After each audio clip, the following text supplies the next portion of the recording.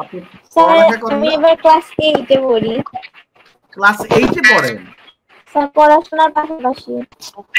বলেন কি ক্লাস 8 এ পড়েন? ওরে জি আল্লাহ, বলেন স্যার। কি? এত ভালোই তো কাহিনী। আমি তো ভাবি না, আমি ভাবছি তো কলেজে পড়েন, আপনারা তো বুঝায় না যেটাই হোক, মানে মানে চেহারা তো আর দেখা যাচ্ছে না ঠিক মতো, তারপর যতটুকু দেখা যাচ্ছে। তো ক্লাস 8 এ পড়ে আপনি কাজ শিখে 15,000 টাকা ইনকাম করে ফেলেছেন এবং ফ্রিল্যান্সিং এ এখন ইনকাম করতেছেন। মাশাআল্লাহ। আচ্ছা, এখন হলো এই যে জি 15,000 টাকা ফ্রিল্যান্স ইনকাম করতে পেরেছেন, পাশাপাশি স্টাডি। আপনি আপনি যে ইনকাম জি স্যার। করেছেন, আর ফ্যামিলি কি খুশি কিনা সেটা বলেন।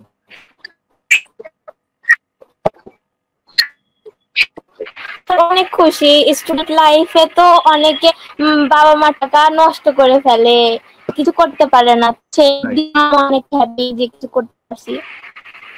জি জি, ভেরি গুড। আপনি আপনি কোন স্কুলে পড়েন? স্কুলের নামটা যদি একটু বলেন।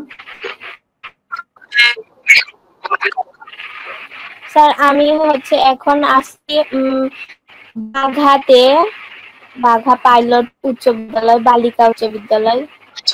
আচ্ছা আচ্ছা, এই যে মোবাইল দিয়ে আমাদের এখানে ভর্তি কেন হলেন, বা আপনি কিভাবে জানলেন যে ফ্রিল্যান্সিং সম্বন্ধে, সেটা একটু যদি বলতেন। কিভাবে হলেন ভর্তিটা? Sir freelancing, outsourcing, digital marketing, মানে মার্কেটিং কিভাবে করে এই জিনিসটার প্রতি আমার অনেক আগ্রহ ছিল। আচ্ছা আচ্ছা। মার্কেটিং জিনিসটা আমার কাছে মানে বরাবরই অনেক ভালো লাগতো। তো মার্কেটিং এর যে একটা স্কিল, এটা ডেভেলপ করার জন্য আমি চাইতেছিলাম। তো অনলাইনে কিছু একটা করার জন্য, স্কিল ডেভেলপ করার জন্য, লার্নিং এর জন্য শিখতে চাইতেছিলাম আর কি। তো পরে আমি অনলাইন আউটসোর্সিং এগুলা ঘাটাঘাটি করছিলাম।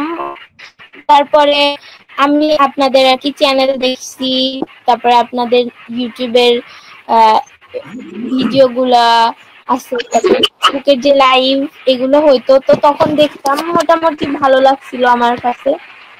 তো পরবর্তীতে মনে হইলো না, হয়তো আমি এখান থেকে কিছু শিখতে পারবো। তারপরে মস আইটিভিটি আপনাদের সাথে কথা বলে অনেক ভালো লাগছে। মেন্টররা অনেক ফ্রেন্ডলি ছিল। তো তাদের মাধ্যমে আপনার এখানে ভর্তি হয়েছি। মানে টাকা জমা দেওয়ার পরে তো কয়েকদিন পর থেকে ক্লাস শুরু হয়েছে। ক্লাস করার মাধ্যমে আর কি মানে আমি এখানে সম্পূর্ণভাবে যুক্ত হয়ে গেছি। ফ্যামিলি প্রথমে দিয়েছে আপনাকে ভর্তি